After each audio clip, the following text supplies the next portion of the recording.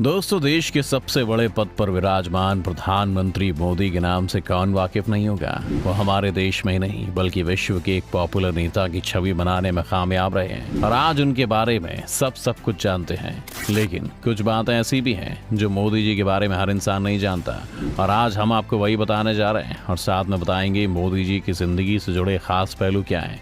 तो बस बने रहिएगा हमारे साथ वीडियो के अंत तक। प्रधानमंत्री मोदी का पूरा नाम नरेंद्र दामोदर दास मोदी है और इनका जन्म 17 सितंबर 1950 को गुजरात के वडनगर के एक गरीब परिवार में हुआ था।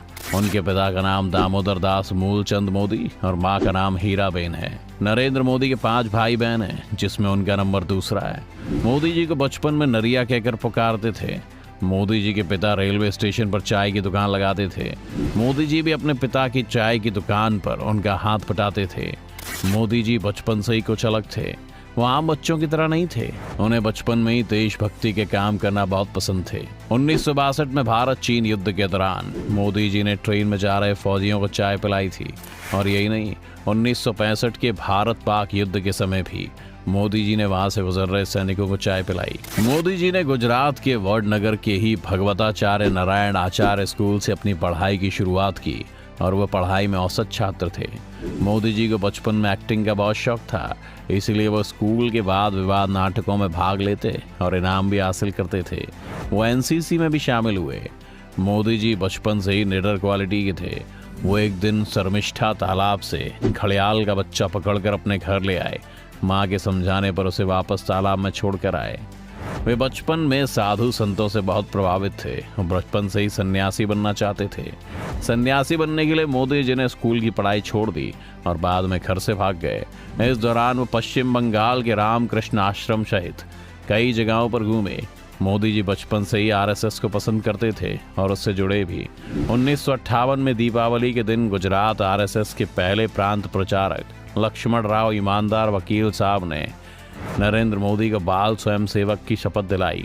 मोदी जी बहुत ही मेहनती कार्यकर्ता थे। वो आरएसएस के बड़े शिविरों के आयोजनों में मैनेजमेंट का हुनर दिखाते। आरएसएस नेताओं के ट्रेन और बस में रिजर्वेशन का जिम्मा उन्हीं के पास होता था। मोदी जी कई महीने तक तो हिमालय में साधुओं के साथ भी रहे। वापस आने पर उन्होंने सन्यासी जीवन त्यागने का फैसला किया और अपने भाई के साथ मिलकर अहमदाबाद के कई स्टेशनों पर चाय की दुकान लगाई। हर परेशानी का सामना करते हुए चाय बेची।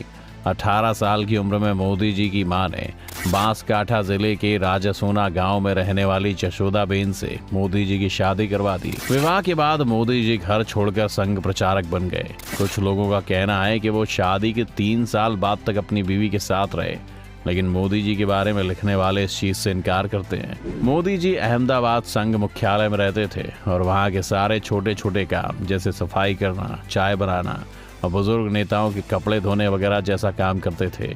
वो हर काम से पहले अपनी माँ का आशीर्वाद लेने जरूर घर जाते थे। ये काम वो आज भी करते हैं। 2014 का लोकसभा चुनाव जीतने के बाद भी सबसे पहले वो अपनी माँ का आशीर्वाद लेने उनके पास गए। संघ में रहते हुए कुर्ते की बाँह छोटी कर वाली ताकि वो ज़्यादा ख़राब ना हो, जो वर्तमान में मोदी ब्रांड कुर्ता के नाम से मशहूर है। 1975 में जब इंदिरा गांधी ने कई राजनीतिक कारणों की वजह से राज्यों में आपातकाल लगा दिया था, उस वक्त भी मोदी जी सरदार के रूप में पुलिस से छुपकर सरकार की गलत नीतियों का विरोध करते रहे। मोदी जी बहुत ही मेहनती कार्यकर्ता थे। आरएसएस में उनके कार्यों को देखकर उन्हें बहुत ज़्यादा सम्मान मिलने लगा। वो स्वामी विवेकानंद से बहुत ज़्यादा प्रभावित थे। उन्होंने गुजरात में स्वामी विवेकानंद युवा विकास यात्रा भी निकाली। मोदी जी शुद्ध शाकाहारी हैं। वो व्रत भी बहुत रखते हैं। मोदी जी 18 घंटे काम करते हैं और कुछ ही घंटे सोते हैं। वो समय के बहुत पाबंद हैं। लाल कृष्ण आडवाणी को मोदी जी का राजनीतिक गुरु माना जाता है। 1990 के दौरान मोदी जी ने आडवाणी की सोमनाथ से अयोध्या रथ यात्रा में बड़ी भूमिका निभाई। इससे प्रभावित होकर बीजेपी के बड़े नेताओं ने मोदी जी को अपनी पार्टी में शामिल कर लिया और वो पार्टी के लिए बहुत ही मेहनत और लगन से काम करते रहे।